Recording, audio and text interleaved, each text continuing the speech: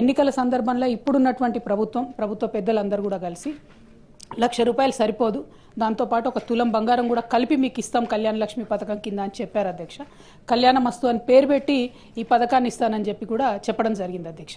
కానీ 15 నెలలు గడుస్తున్నా కూడా మరి కనీసం కళ్యాణ లక్ష్మి ఎంతమందికి ఇస్తున్నారు, పాత పద్ధతిలోనే ఇస్తున్నారా, ఇస్తుంటే క్రైటీరియా మార్చారా లేదా, ఇంకొకటి ఈ తులం బంగారం మరి 15 నెలల్లో అయినటువంటి పెళ్లిళ్లకు మీరు తర్వాతైనా రీఎంబర్స్ చేస్తారా, ఏం చేస్తారు అనేటటువంటి అంశాన్ని మేము అడగడం జరిగింది అధ్యక్ష.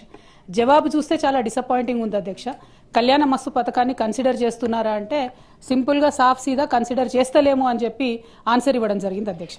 అంటే మీరు ఎన్నికల ముందు మహిళలకు తులం బంగారం ఇస్తామని చెప్పి మభ్యపెట్టినామని చెప్పి వాళ్ళ కౌన్సిల్లో ఇచ్చినటువంటి సమాధానం వల్ల ప్రభుత్వం మళ్ళొకసారి నిరూపించుకుందని చెప్పి మేము భావిస్తూ ఉన్నాం అధ్యక్ష. మరి ఇట్లాంటప్పుడు మీరు ఇక మిగతా హామీలను మహిళలకు ఇచ్చినటువంటివి అది 2,500 కావచ్చు, ఇంకోటి కావచ్చు, వాటి పట్ల కూడా మరి కనీసం ఏం ఫోకస్ చేస్తలేరా, ఆ విషయాన్ని కూడా ప్రభుత్వం దయచేసి చెప్పవలసిందిగా నేను డిమాండ్ చేస్తున్నా అధ్యక్ష.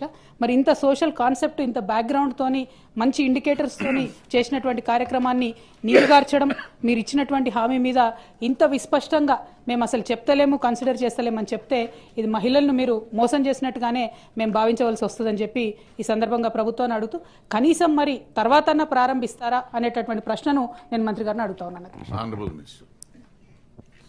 గౌరవ సభ్యురాలు అడిగినటువంటి ప్రశ్నకు ఏ లేదండి, బి ఆ ప్రశ్న ఉత్పన్నం కాదు, సి ఆ ప్రశ్న ఉత్పన్నం కాదండి. అధ్యక్ష, థ్యాంక్ యూ అధ్యక్ష. పొన్నం ప్రభాకర్ అన్న చాలా నిజాయితీగా మేము మహిళలను మోసం చేసినాం ఎన్నికల ముందు, ఇప్పుడు మాత్రం ఆ పథకం ఇచ్చే ఉద్దేశమే లేదు అని చెప్పి ఖరాఖండిగా కౌన్సిల్ సాక్షిగా చెప్పినందుకు వారికి ధన్యవాదాలు తెలియజేస్తా ఉన్నాను. కానీ ఈ రాష్ట్రంలో మహిళలు దాదాపుగా 51% పైచిలుకున్నారన్న.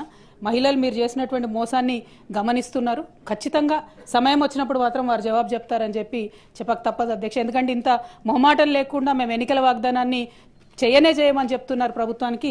కంగ్రాచులేషన్స్ కూడా ఈ సందర్భంగా తెలియజేస్తాం.